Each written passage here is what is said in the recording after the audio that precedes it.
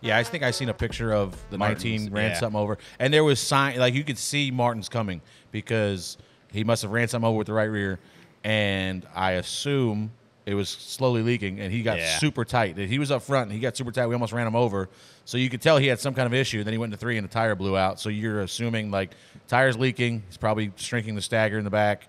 He's getting super tight. Now that blows out. I don't know what happened to our tire. It just no warning for us. Just blew out and hit the fence. And the same way, I don't know what happened to Busher. It looked the same as us. I think the ones that don't have the puncture are probably self-inflicted somehow. And that's just I can't speak for it. Yeah, but I have no idea. Obviously, I don't know what are. But Yeah. a lot of times you see that it's air pressure related. You just get too low on pressure or but something. I mean, you're also talking speed. Yeah, When you find this air pressure that's that's speed. It's like camber in the right front. That's the new thing now. Like air pressure, this camber now. You know, you can get to a certain point, and it just won't take it. So, but I think it's a little bit of both. So going back to Martin's wreck, I know there was a lot of. He ran over something, and you're talking about the aftermath. Yeah, the aftermath of it, and I know there was a lot of, I guess, drama, so to speak, around whether the tow truck should have taken them to the garage, taken them to the to pit road to fix the car. I think the rule from NASCAR standpoint was that if you can't move your car, you are done. Yes, from my perspective, Martin hit the wall, wrecked, and then he tried to drive back, and he couldn't. Like, I don't know if you saw that. He tried to drive it. Once he got it to the apron, he was stuck. He was stuck, and it wasn't because there was 4 flat tires. You can drive a car with flat tires if you're still moving. I mean, we've seen him come back, maybe not with all 4 flat, but if you hit the wall, I mean, his car was wrecked. You could see the tires pointed in different directions, and I guess they can make the determination of You're out. Well, you're not going to pit road because you can't fix this on pit road. You know, like if your right front's pointing towards the grandstands and your nose is pointing towards the scoring pylon in the infield, you're like you automatically assume you're. Yeah, you're not. That's not something that you just go down there and fix on pit road. Is that something that the team should be able to decide then rather than NASCAR? So what do? You have it's like where were we? Whenever they did that with the 2 car, they took him to a stall. And then they had to we had to ride under a caution for 3-4 laps because of this. They unhooked him, put him in his stall. Oh, it won't. We can't fix it here. Take it to the garage. Got it. And now they got to tow him back, hook him up again, and tow him to the garage. And you could tell this car was wrecked. So, and I know they wanted to work on it, but that's like, to me, that's towing him right to the garage. Wouldn't you want it there anyway? I mean, if your suspension's, you got to try to fix stuff like that. I mean. Well, the problem is once you tow him to the garage, he's out of the race. Right. Is the I issue, guess. you know. And I don't know. I'd have to look up and see how the rule was worded. Yeah, but I'm not sure. You know, they have towed cars that can't move to pit road and put them in their pit box. When Chase Elliott ran out of gas, they towed him to the pit box, which obviously you can fix that. But I guess it's almost like I understand where the team is frustrated because they probably could have at least tried. But You're not like. Try as hard as you want. You're not. Yeah, I don't know what was broke. If something, if it's a tie rod or something, they could probably. I mean, we fixed a tow link on pit road in the time. Yeah, the tow links are pretty. Tow links are pretty standard. When they break them, I'm just saying, like you don't know, but like I get their frustration, but I'd have to see how the wording is in the rule book of what constitutes going to pit road or what constitutes we're taking you to the garage no matter what, because if you we've can't seen drive them bring it, normal cars. If you can't drive it and it's not because of the tires, you're probably done. Yeah, I don't know. I'm not saying that. Who's to say that? Okay, this is you, and you're at Bristol, and you're on the cut line, and you were 20 points up going in, and now you need to see if you can get back out there, and you don't get that right.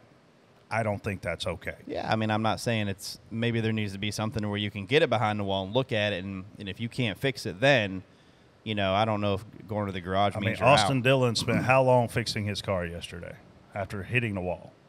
And obviously he got it back there on his own, but nonetheless it took extensive repairs. He lost 7 laps. Yeah. What did he break? So in this situation for Martin, I just don't think it's fair that the determination was made outright. Your car's done for the day.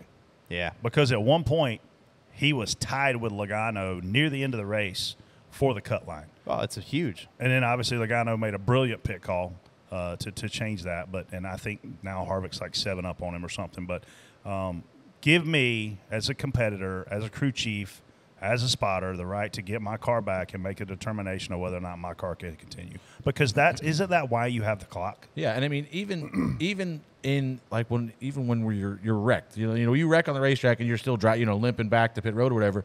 You always go to the pit box. You know what I mean? Like it's never like, just take it straight to the garage. It's always, let me look at it. All right, yeah, it's killed. Back it up. And, even when you could drive it, you go to the pit box. And so, just, I don't know. I see both sides of it because, like, we did wait a ridiculous amount of time for some of them guys at Daytona when they pushed the 2 into the wrong box and they dragged him down back to his box. And then he couldn't fix us. We had to come back and get him out of his box. Yeah. Well, hold on. That could have all been fixed during the red flag.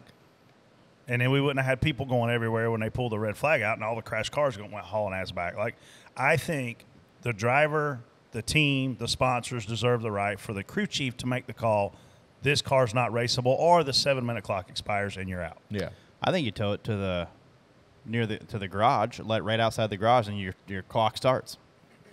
You know what I mean? Because you can't put it on pit road right then and say your clock starts. Because in 7 minutes, we're going to be back green, and then you're going to throw the yellow again to get the car off pit road. So there has to be some sort of plan to do to. That's debatable. You'll be back green in 7 minutes. Well, I mean, I'd say we about ran our clock out fixing it, and we weren't. It was yellow the whole time, pretty much. Yeah. I think we had a minute left, maybe, and then we went out. It depends on how bad the wreck back is. And fixed it. Single car wreck, and you know what I mean. Like it's just like I agree with Brett that it shouldn't be up to. Who's making that call? The tow truck driver? Is there an official? Highly qualified. You know what I mean? Like, is there an official with the tow truck Yeah. driver? That's, I don't see officials out there. Well, I guess the chase truck guys. But, like, I don't know. Who's making that decision that we're taking this car to pit road? The regular season champ, after 2 races, in the first round, is staring down at not making it to round 2. Yeah. And I seen a bunch of questions come in, and I don't know if Andrew picked one for. Let me see here before I go into this. People are like, well, maybe we need to just give the regular season champ a pass into. No. He's the reason why he's only 7 out is because he got bonus. He would be more out. He'd be done from last week and this week. Yeah. If so, you're seeing the benefit of the regular season many are you championship. I'm 19 out. Okay, and you were. I would be ahead of him. Exactly. If he didn't have all those bonus points. Yes. And to Brett's point, I mean, what a call by Logano. He was on the cut line. We were going to be if the race ended the way it was.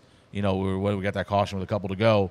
We were going to go into Bristol like 12 or 13 out behind Martin. Martin was going to be basically tied or 2 out. And now Joey goes up there and steals 10 spots essentially. Steals them. Pit call. Yeah, I mean, and now he goes from on the cut line to 12 up. And now I'm 20 out. I'm almost been 19 out. I'm basically must win. This is what I think Logano's people realized that Harvick's people did not.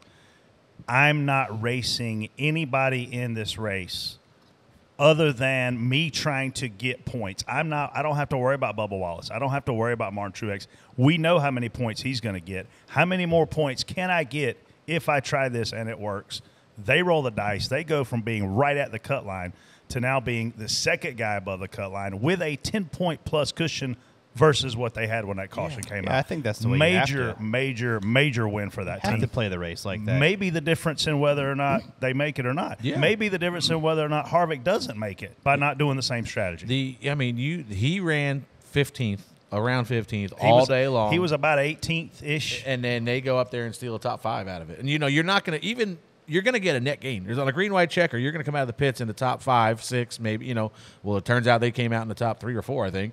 And – I'm not going to go all the way back to 18th in one lap, And he almost took the lead.